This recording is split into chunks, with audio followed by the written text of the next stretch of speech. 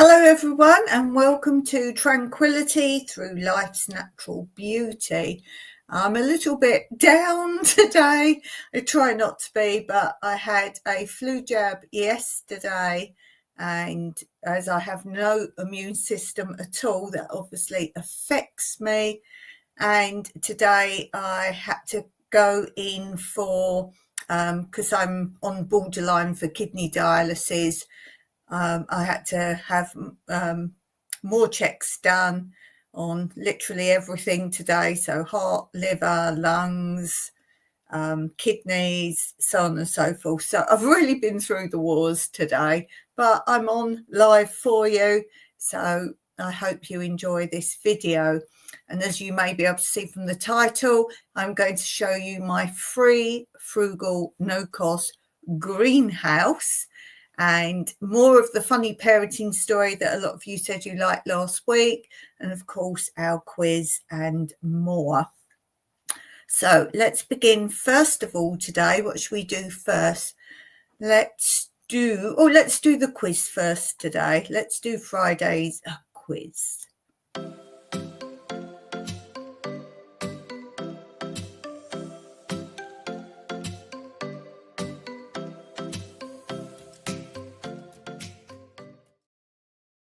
So I thought today we would do another quiz on weather. Let's see how many you know of weather. And we are going to start with some easy ones today, so you can all have a go. If you're in the chat, then you can put your answers there. Or if you're watching this back later, then of course, see if you can get more right than anyone in the chat. So I'm going to read them all first as usual, and then I will go back over them and read the answers. So let's begin. The first question is, does weather happen in the atmosphere or under the sea? Where does weather come from? The second question, are clouds made of wool or vapor? Some easy ones. I told you some easy ones first. What letter O is the gas we need to breathe in order to live? What letter O, starting with the letter O, is the gas we must breathe in order to live? The next one, what, starting with the letter L, is the word for an electrical charge released from a storm cloud? I'm sure you know. The next one is a weather balloon is a type of cloud. Is that true or is that false? So they're the easy ones. I hope you got all those. Now let's do three slightly harder ones. What is a scientist who studies the weather called? So what is the name for a scientist who studies the weather? The next one is, how many colours are there in a rainbow? Don't sing the song because it's wrong. And I'll tell you when we get to that how I remember the order of the colours. Have you got the same saying or a different saying? And the last question for today, I told you I was going to keep it easy today. What, beginning with the letter S, do weather forecasters use to watch storms building up in the atmosphere? Okay, let's go over those. As I say, nice and easy today. I hope you got a lot of them right, if not all of them. The first question was, does weather happen in the atmosphere or under the sea? Well, of course, that's in the atmosphere. The second question, very simple. Are clouds made of wool or water vapor? Well, of course, water vapor is the answer. What, beginning with the letter O, is the gas we must breathe in order to live? And that, of course, is oxygen. What, beginning with the letter L, is the word for an electrical charge released from a storm cloud? Lightning. The next one was, a weather balloon is a type of cloud, true or false? Well, obviously false. A weather balloon does the weather. The next one was, what is a scientist called who studies the weather? That's a meteorologist. How many colours are there in a rainbow? 7. Richard of York goes battling in vain. So R for Richard, red. Richard of York, O is orange. York is yellow. Goes is green, G for green. Battling, blue. In, I, indigo. Vain is violet, V for violet. Richard of York goes battling in vain. So do you know that saying? Or do you know a different saying?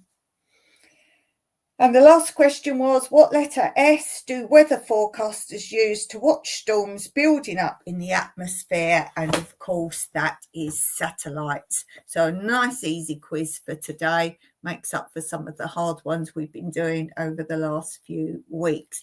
I do variants, sometimes really easy, sometimes really hard for those who really like a challenge of a quiz, and mostly mediocre ones. So I hope you enjoyed that. And while I have a little drink, let's have a look at Friday's quote corner.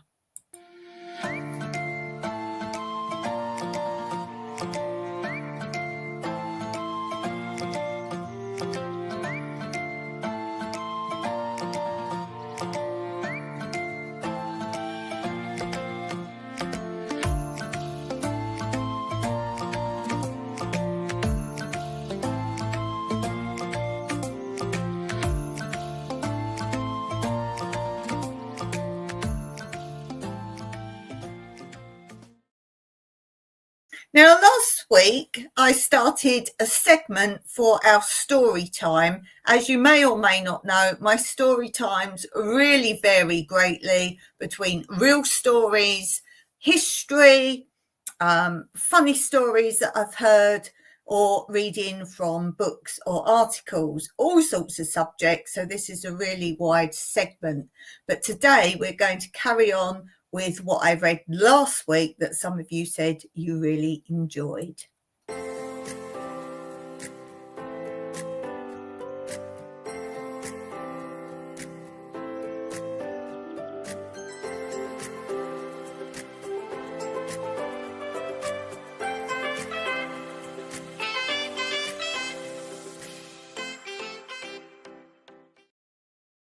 So this is continuing with my husband's book, The Beginner's Guide to Fatherhood, How to Cope with Life Before, During and After Birth. It's a funny book by Colin Bowles. If you're interested in it, either go to your library, or if they don't have it, you can always ask them to order it in for you. That's always the easiest way to get a free book.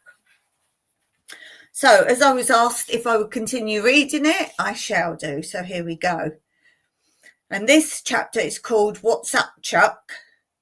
And it says, but first comes pregnancy. Suddenly the whole dynamics of being a husband changes too. The Joy of Sex book is replaced on the bedside table by The Heartache of Motherhood, and Penthouse is nudged out by Mother and Baby magazine. When we were having our first daughter, I found that my wife suddenly became public property. Complete strangers smiled at her in the street. No horny brickies or leering old men in plastic Macs, but post office clerks in cardigans who asked her if she would like a boy or a girl, and the little old ladies who approached her at the bus stops and proceeded to tell her, uninvited, about their grandchildren. My wife was no longer a sex object. She had become wholesome. She hated it. My wife, till then a warm, charming, easygoing woman, suddenly became difficult to live with. She blamed me for her morning sickness. She cried that she didn't really want the baby. She told me she was ugly and that I didn't love her anymore. She accused me of escalating the situation in the Middle East. She became totally unreasonable. In fact, for the first 3 months, I handled being pregnant much better than my wife. Of course, vomiting every day could have a negative effect on her outlook. And the next part is called I Married a Teenage Whale. But then, for the man, pregnancy does not really connect with reality. It's like thinking about the end of year exams when you're only halfway through the first term. It was only when she couldn't do up the top button of her jeans that we both started to realise the nature of what we had done. Even then, it does not really hurt the man until the credit card statements start rolling in. Fatherhood involves going into the sort of shops you would never have noticed before. There's a whole wardrobe of gear you'll need. Cots, baby carriers, baby changing tables, sweaters, socks, vests, booties, tops, blankets, plastic pants, baby bathtubs with pictures of Donald Duck on them. And there are other things you never dreamed of. When Junior can sit upright, you will need a safety seat for the car. They come in all models, like everything else. Expensive, very expensive, and Junior executive. If you really love your child, you will get them their £150 Junior Executive Club class with the cloth trim, armrest, and ashtray. Even then, for some guys, it's still all a game. It's like humouring your wife in a second childhood. Dollies all over again. The first time round, it took me about 7 months to digest completely the fact that pregnancy was going to cumulate a real live baby. It happened when we went to the beach and my wife had to dig a hole before she could lie on her belly, like a beach turtle. By this time, we could not go more than 10 paces from a toilet. She could not get out of the chair without the help of half a dozen fit men and block and tackle. Then, one day, her navel popped. It was the cue to go to antenatal classes. The next section is called the Pillow Club. For years, men never went near a labour ward. They hung around in the waiting rooms with woodbines clenched between their teeth. If they were smokers, they lit them. When they were finally shown into the nursery, they handed the baby back to the midwife like it was a ticking bomb and then went down the pub, were congratulated by all the mates for the way they paced up and down the waiting room, smoking cigarettes, and in return they bought the drinks all night until they spent all the money they had put aside for a pushchair. Then women decided they would like to have their men beside them to help them through this ordeal and say, push. At first, this was only popular with John Lennon lookalikes from California who called their children Frisbee or Woodstock. Other men, the ones who had no intention of actually talking to their babies until they had started shaving, were opposed to the idea. But it caught on anyway. Antenatal classes were an introduction for men and women into the mysteries of reproduction, especially for men. Our antenatal class consisted of dozens of other women who were going to have babies and men who were going to say, push. Most couples were having their first baby, and you could pick them out easily. They looked enthusiastic. There were others who already had children. You could pick them out too. They looked fed up, also a little smug. Maybe like they knew something we didn't. Nah, can't happen. So I hope you enjoyed that. Let me know if you want me to read more of that. And that's what we will do. Okay, I think now it's time to go on to our free, frugal, no-cost greenhouse, how I do it. So let's do that.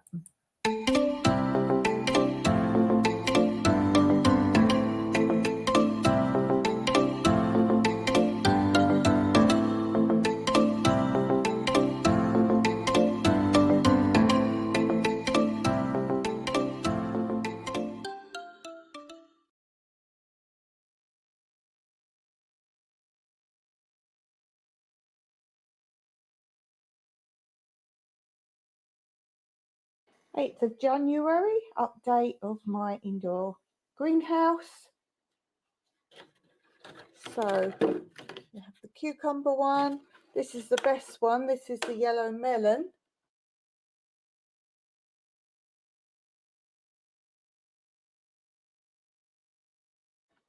So I'm going to transplant those today.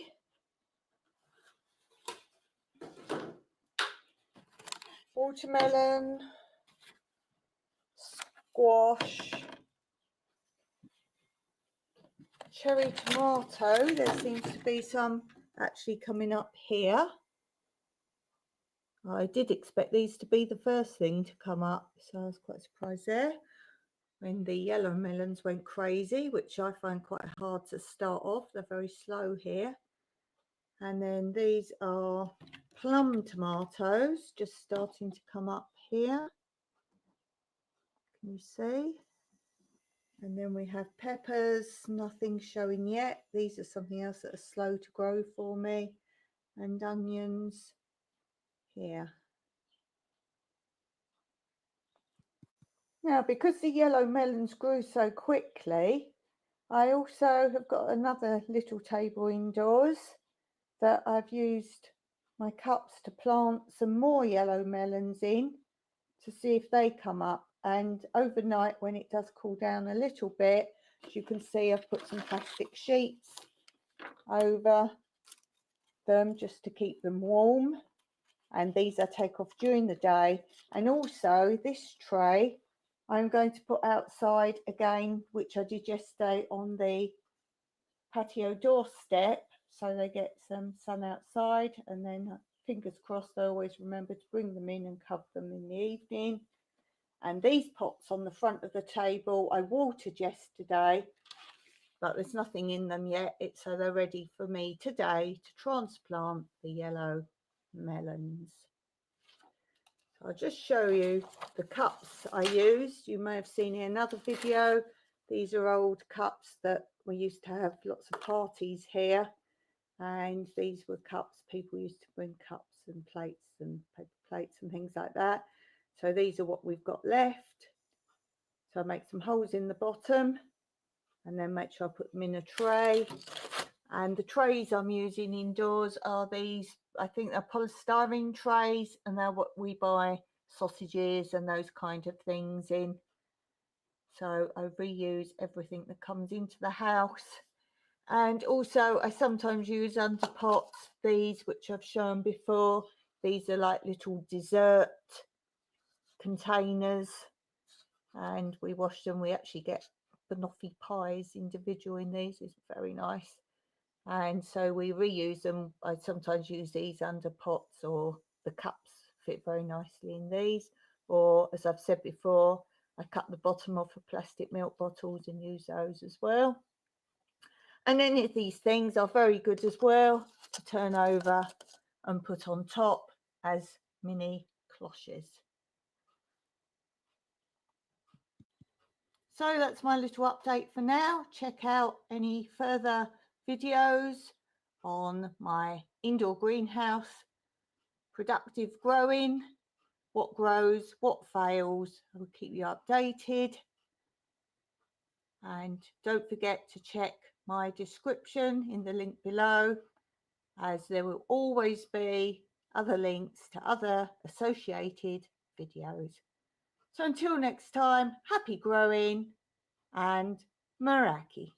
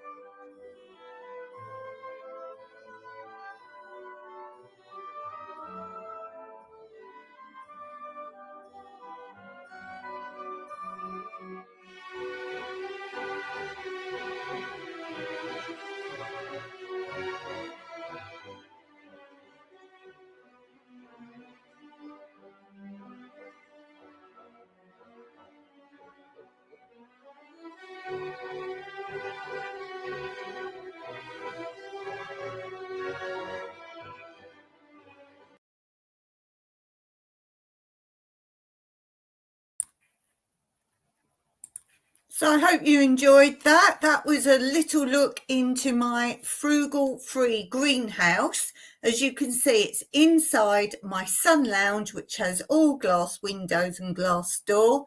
And that is the best place for me to germinate. And then, as you can also see, mostly what I grow to start with are the plastic containers, like takeaway containers where you can shut the lid down. So I use my homegrown compost. I have no soil, I don't buy anything, and the compost that I make myself, I then put into those and then plant the seeds, which I have grown mostly from things I grow each year. I grow more vegetables than I need, and I make sure then I harvest seeds from at least 1/3. Always harvest more seeds than you want, because if something happens to that crop one year, you'll still have more seeds left from the previous year that you saved. So never just save enough seeds. If that crop gets wiped out, by saving double the amount of seeds, you will have more seeds next year. So yes, these plastic containers with the lids that shut down are your free greenhouse. So you don't even have to have a sun lounge. You can grow in these plastic containers, put in the warmest part of your house, or if you've got a windowsill that lets the sun in the winter. I start my growing in December. Yes, in December, because all you're doing is fooling nature. You can grow anything, anytime, if you can fool the seed or the plant into thinking it's a different time of the year. Many people buy these very expensive contraptions with lights to make things grow. That's all very well if you've got money to spend, then that's fine. But you can do it yourself using nature. Another video I've done on my other channel, New Beginnings, My Everyday Life in Rural Cyprus, I show you how to grow fruit trees from stones, pits and pips. Stones, pits and pips. So what you do with those, basically you put them into a freezer for a while, and then you're making it think it's winter.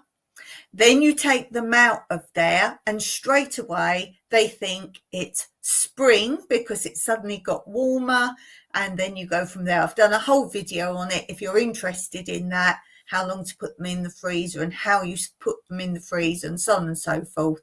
You can grow literally any fruit. You can start them off no matter what country you're in. People often say, will I be able to grow that here? Yes, you can grow anything anywhere, but you won't be able to grow things in your environment outdoors if you have, say, a frost area or something like that. But if you can grow a lot of fruit trees, you can actually keep miniature and grow them indoors. There are specific varieties they sell for this benefit, but you can do it with any varieties at all. So as long as you've got a warm room. Now, sometimes some of you live in very cold places, but you have heating indoors. So it's going to be fine. It's going to be fine. So in that respect, a cold country can actually grow most things, but you may well have to grow them indoors. And if you're into bonsai, why don't you grow fruit trees and make them bonsai? And that's if you haven't got room indoors or an indoor room where you could have miniature fruit trees. Make them bonsai. Will they produce fruit? Well, that depends on the conditions. So if you keep fruit trees miniature, they should, because like my olive trees, I have 86 olive trees. With my olive trees, I cut them down very short, and that produces better quality of olives. So yes, even a small tree will produce fruit. So as I say, if you want to see more about my fruit tree growing and all my videos on that, either ask me for links if there's something very specific that you're looking for, or go and look at my other channel, which I've now put on the ticker tape there, and go to my playlist and you will find what you want. But as I say, if you're looking for something very specific, then don't go trawling through things to try and find it, because I've got hundreds of videos. Just say, I want to grow blah blah, I want to grow from fruit seeds, how do I do it? And I will send you the URL of what you're looking for. So I think we're finished there today, because as I say, I'm not at all well, and I've done pretty awesome to keep going for half an hour. So it helps to do my Film Fridays. Is there something you would really like to see on my Film Footage Friday? If there is, I try each week and do something completely different from the previous week. Is there something you're really interested in and want to know about it? Then do leave me a comment, and then of course I can be playing that for you next week or in the next few weeks. And if you ask for a particular video that I've got, I'm showing you videos from my other channel. I'm not going to obviously show you videos from this channel, because hopefully you've seen them all, but they are old videos from my other channel mostly. So if there's something you want, if you ask me, request something for my Film Footage Friday, then if you put a comment in under this video, I will see it, and I will also give you a shout out and say it's your request. So as I say, I'm going to finish for today. Thank you very much for being here, whether you've been watching live or whether you're watching on the replay, and I appreciate you all. So until next time, have a good day. Don't forget to hit that thumbs up if you've seen something you like, and best wishes to you all.